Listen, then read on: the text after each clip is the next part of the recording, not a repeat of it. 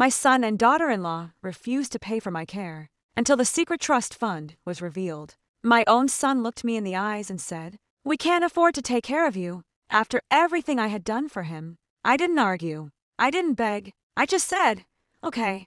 Because what he didn't know was that I was the one holding a secret that would change everything. People think sacrifice is loud, that it looks like struggle, like something dramatic and visible. But most of the time, sacrifice is quiet. My name is Margaret Collins, and everything I had in this life, I built for one person, my son Ethan. After my husband, Robert, passed away, Ethan was just 8 years old, too young to understand what death really meant, too young to understand why I sat him down one evening and said, "Dad isn't coming back." He cried until he fell asleep in my arms, and I remember sitting there long after, staring at the wall, realizing something terrifying. I was on my own, but I didn't have time to break, because I had made a promise. "I'll take care of everything," I told him, and I did. I worked 2 jobs, morning shifts at a diner, evening cleaning offices downtown. I skipped meals so he could eat better, wore the same clothes for years so he could have new ones. When money got tight, I sold my jewelry, even my wedding necklace, but I never let him see it, because love, to me, was making sure he never felt what I felt. He had birthday parties, school trips, a normal childhood, and I watched him grow into someone I was proud of, smart, driven, kind. At least, that's what I believed. Years passed. Ethan graduated, got a stable job in finance, bought a house. Then he met Lauren. At first, Lauren was everything I could have hoped for. Polite, warm, attentive. She called me Mom, helped in the kitchen, sat with me during dinner, and I thought, this is it. This is what I worked for. A family. But slowly, things began to change. Not all at once. In small ways. She stopped asking how I was, stopped sitting with me, stopped including me in conversations. Then came the subtle comments. "We need more space. Things are getting expensive. We're trying to plan ahead." They weren't directed at me directly, but they didn't need to be. I understood. I had become inconvenient. Ethan changed too. Less time with me, shorter conversations, more agreement with her, until one day, it became obvious. I wasn't part of their future plans. I was a problem they hadn't solved yet. It was a quiet Sunday evening.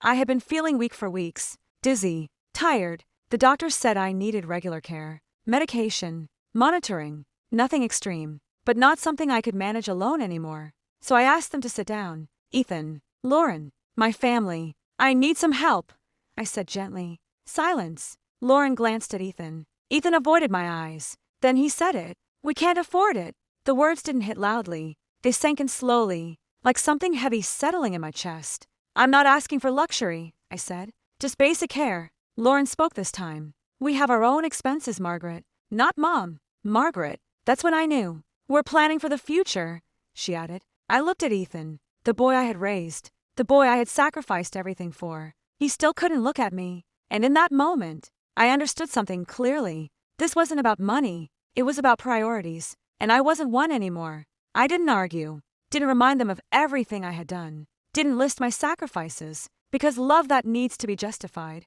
is already gone. So I nodded. "Okay," I said, and that was it. Within a week, I moved into a small care home. Nothing fancy, but peaceful. No tension, no cold silence, just quiet. And for the first time in a long time, I felt something unexpected. Relief. Days passed, then weeks, then months. And in all that time, no calls, no visits, no messages. At first it hurt. I kept checking my phone, waiting, hoping. But eventually, that stopped too.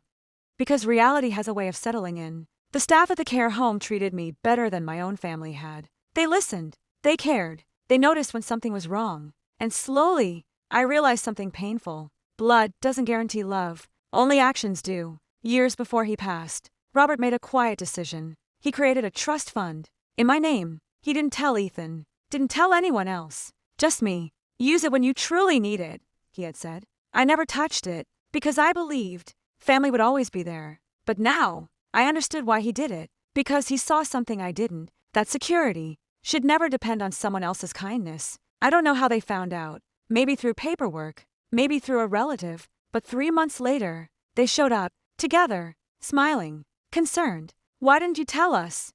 Lauren asked. Ethan held my hand. "We can take you home," he said. "We'll take care of everything." I looked at them. Really looked. And for the first time, I didn't see family. I saw intention, not love, opportunity. I smiled, not warmly, but knowingly. You couldn't afford me before, I said softly. They froze. So now, I stood up slowly. You don't deserve me either. Silence filled the room. Heavy. Final. I turned and walked away. Not angry. Not broken. Free. Love doesn't show up when it's convenient. It shows up when it's difficult. When it costs something. And they weren't willing to pay. Not with time. Not with care. Not with respect. Only when money appeared did they return. But by then, it was too late. Because some truths, once revealed, change everything.